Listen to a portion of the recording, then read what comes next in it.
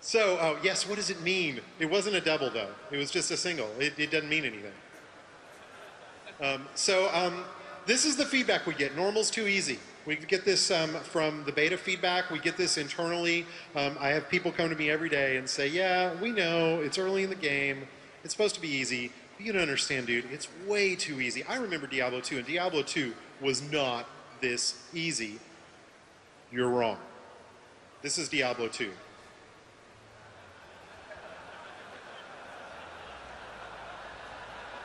Yeah. I think she's going to get hit in a second. Oh, no, he missed. Oh, she got hit. Okay. Oh, she took some damage. I think she's going to be okay, though.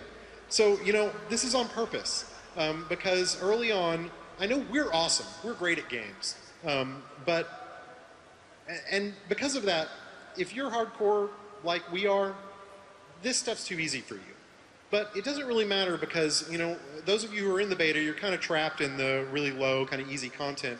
But you're going to blow past this so quick and get into the other difficulties. And, you know, we're going to talk about that a little today. Our challenge as game developers is to try and make the game approachable for casual players, but still interesting for serious gamers, and build a game that's got depth. There's a really important point here. Hardcore games for everyone is what Blizzard does. It's what we've always done. So one of the things that people say to us is the game feels really, really easy in the early game. Are you just making the game for casual players now? And we say, no, we're making the early game for casual players because we want to turn them into hardcore players. And because we do that is why we have so many wonderful people here today.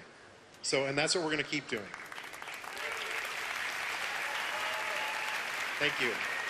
That being said, I'm sure some of you are going, yeah, but come on, is it really hard? Like, how hard is it? It's not really hard, is it? You know, you got soft. It's not that hard. Well, you know, you're not going to believe anything I say. I'm going to be like, yeah, it's super hard, whatever. So one of the things we asked some of the guys on the team to do, we got a whole bunch of people on the team who are playing the harder difficulties now, and we've asked them to, you know, do a little bit of a testimonial so you guys can see how hard the game really is. So you've got normal difficulty, you've got Nightmare, Hell, and Inferno. Normal mode was pretty casual. It was very fun, you know, you're one-clicking, you know, having laughs. Once you get into like Nightmare mode, it starts kind of turning into all business. Like, whoa, whoa, whoa, like that thing just killed me. The game really starts, for me anyway, at Nightmare. Once you go into Hell difficulty, it starts getting really hard. And then you beat that, and you know, thought that was hard, and then you get to Inferno, and you just have a whole new set of challenges. That first rare monster pack is basically going to own you. You really have to watch your defensive stats. And at the same time, you're trying to build up your magic find. And it's hard because you have to, it's a fine balance. You're going to really need to use your gems and your enchants to really boost up your defense just to survive and not get one-shotted. Sometimes just the AoE damage will almost kill you instantly. The whole thing's about surviving. You're not going to do any good to anybody dead. When you just rush into a boss in Nightmare and above, they will kill you so quick. Man, the biggest drop I want is gold.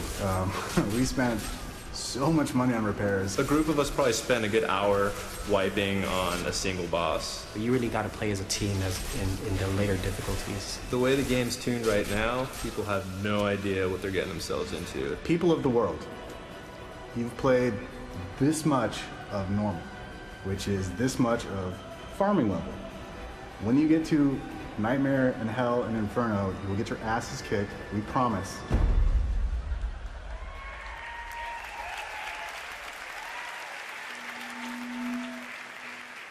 I don't know what's doing that.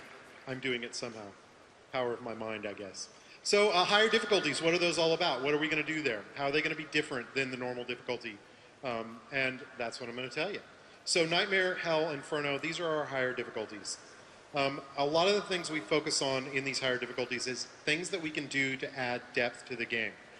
So new item affixes. So one of the things that we found is that the Diablo item system is pretty dense. It's a pretty hardcore system.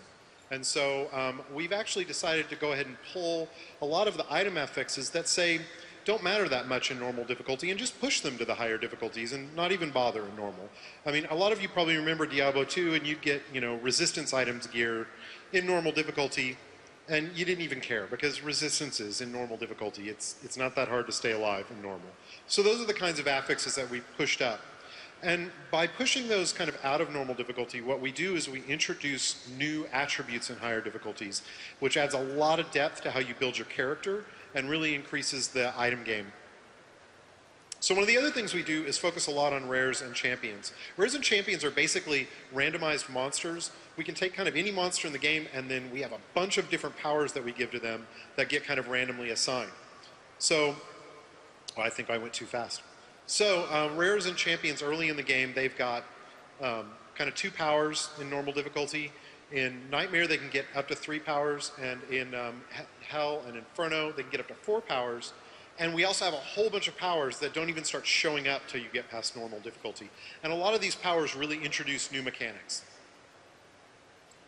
So, and this is probably the best example when people ask us how much have you really built the game for the higher difficulties.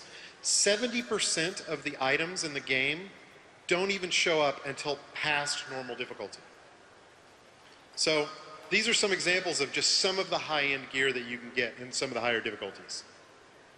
So Inferno, this is our new difficulty that we announced a few months back. It's basically a maximum level difficulty. Once you reach maximum level, you can go to Inferno, and it's meant to be content that's always challenging, that you can never truly out-level. So we get this question all the time, can I solo Inferno? And the answer is yes, you can solo Inferno. And the reason for that is that we've always viewed Diablo as a cooperative game for fun. We don't require you to do cooperative play to get into the content. And I'll get into why in a little bit. We're also doing multiple tiers of items in Inferno. So tiers is really kind of a term that's not typically used with Diablo games, but it's more of a WoW term, but it's kind of an easy kind of transfer of ideas. Essentially, there's multiple tiers of items that appear in Inferno that are increasingly more rare. So the idea is once you get into Inferno, that first tier of new items you'll start seeing more regularly, but that second and final tier are much, much harder to get. And so it really increases the depth of the item game at that level. So, and rares and champions are really going to be the best loot in the game. And one of the things that we're trying to avoid in Diablo 3 is boss runs were fun in Diablo 2, but they got monotonous after a while. So we're really trying to find ways to get you to focus on randomized content as the way to get the best loot. And this is going to be an ongoing problem, something we're going to continue to look at even after Diablo 3 ships, because we do think that there's going to be some optimal paths within the game, but those are things that we want to fix so that it's really fun to kind of go and do a broad array of content to get the best loot. So, and then your kind of excess loot and gold, it's all going to get funneled back into crafting and item enhancing, which we talked about earlier. So, and crazy builds. So this is one of the big things that we want people to do, not just throughout the game, but definitely in Inferno. I'm going to talk about that a little bit. What does crazy builds mean? Well, WoW really focuses on optimal builds, making the absolute best character that you can make. But Diablo has no guild to answer to, no raids, and no roles to perfect. And these are important facts to kind of realize about Diablo because it changes the nature of how you play the Diablo game. For us, Diablo's co-op is optional. It's something for fun. And our point here is that when people talk to us, they talk to us all the time and they'll say, I did the math, and it seems like if you take this ability with a two-hander, that's like the best combination. If you ever take that ability, you're always going to take a two-hander forever. And we say, well, yeah, probably, but if you take this other ability, you'll dual wield, and that's okay. Both builds are viable. And so a lot of the times people will talk to us about optimal builds, and we'll turn around and say, yeah, there might be some optimal builds, but we're really interested in all the viable builds that are out there. So here's an example. People ask all the time, can you make a petless witch doctor? And absolutely you can make a petless witch doctor. Here's a petless witch doctor. I think this is hell difficulty, like late.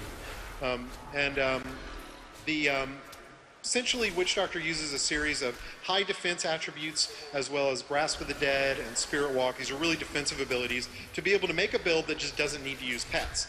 This is kind of an unusual build for a Witch Doctor, but it's completely viable.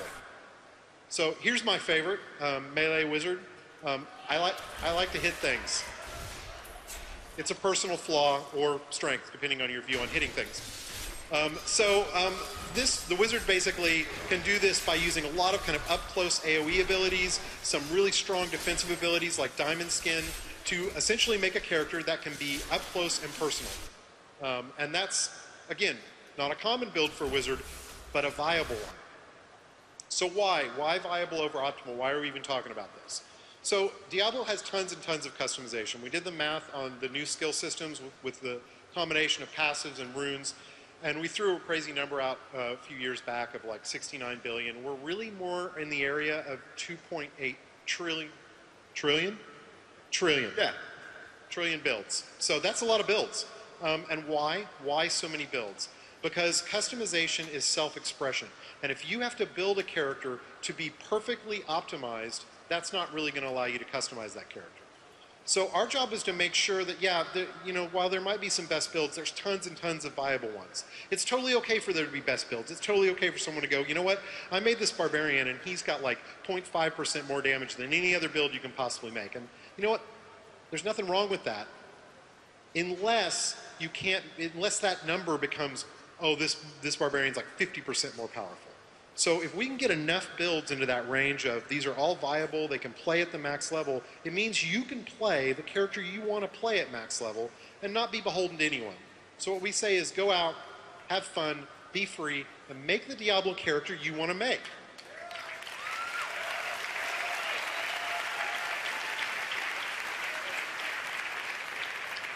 All right, so we're almost done here. A little bit of beta feedback. We really wanted to show how your feedback has directly impacted the development of Diablo 3. So there's way too many examples to kind of come up with of the ways that the feedback we've gotten from all of you has made the game better. So we just kind of picked some top 3. So the first one's a skill system. This is becoming more and more common. Watching people play basically while their skill system UI is sitting open. And why? Because we let them swap out whenever they want. And we thought that was cool because we wanted people to experiment with their builds, but what we didn't want was for people to literally actively in combat be switching skills in and out. It's just not a fun experience. We allow that in combat. It's not fun. And the other thing we don't like about it is it makes you feel less committed to your build. You don't feel like you have a character build. You just feel like you have this UI for skill swapping that you're constantly using. So our solution is we're focusing on trying to do an in-town swap.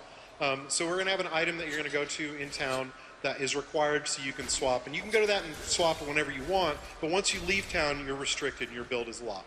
So we've got this implemented internally right now. It's probably going to go out in the next patch of the beta. We're not sure about it. It's better in some ways. In some ways, it kind of sucks to lose the freedom of being able to swap anywhere. But we feel like if we keep iterating on it, it can probably work. But if it doesn't, our alternate solution is going to be to focus on something more like an in-out of combat kind of system. It's funny, this idea of being in and out of combat is very much a World of Warcraft idea that doesn't translate really easily to Diablo because our combat pace is much faster. But it's still something we probably could fall back on if the in-town thing doesn't work. So followers. Followers are an awesome feature that we announced a little while ago. Characters that can follow you throughout the world and help you, and you can customize. One of the things we decided was that they weren't really going to be viable past normal difficulty. And we did that because we really saw them as more of a single-player feature, more of a story feature. The thing is, we got a lot of feedback that many of you didn't like this. Matter of fact, a whole lot of you didn't like it. So we changed our minds. So followers are now going to be in-game viable, so you'll be able to use them to customize your build and bring them with you out in the world. So this is a fun one. We posted our items up on the Blizzard website a while ago, and a lot of that stuff is really temp, so take it with a grain of salt. Like, we're really still very much in itemization's one of the kind of last things you get kind of hardcore on. So a lot of that stuff is temp, but this is one of them, the Ring of the Zodiac. We posted up this data, and that's what was up there, and everyone's like, WTF, that's not a Ring of the Zodiac. We played Diablo 2, we know what a Ring of the Zodiac is, and that ain't it. So, fixed. So, thank you. We'll try and keep on anything we bring back. We'll be a little better about that. All right. So we don't have a lot of time for questions. I want to let you all know that tomorrow at 10 a.m. on the panels discussion stage, we have a lore panel. They're going to be showing some new environments and talking about a lot of new story stuff and some factions. So if you have a chance to go to it, I definitely recommend it. At 11:30, we're going to be back on the main stage for a full hour of Q&A. So if you don't get your question asked today, please come back tomorrow at 11:30.